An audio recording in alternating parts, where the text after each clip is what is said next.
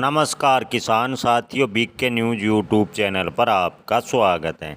फसलों के ताज़ा भाव व महत्वपूर्ण जानकारी सबसे पहले पाने के लिए चैनल को सब्सक्राइब जरूर कर लें। आइए जानते हैं लहसुन के ताज़ा भाव। किसान भाइयों, मंदसौर में लहसुन के भाव रहे 2500 से 11,900 रुपये प्रति क्विंटल।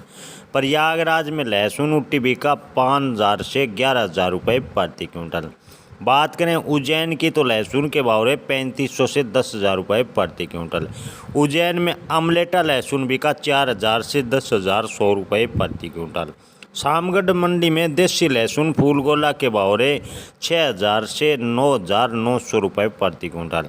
नीमच में लहसुन के भाव रहे 3,000 से 9671 रुपये प्रति क्विंटल।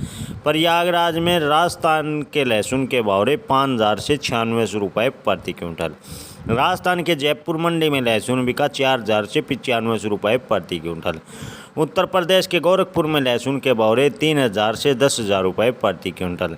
नासिक में लहसुन के भाव रहे 3,000 से 95 रुपये प्रति क्विंटल।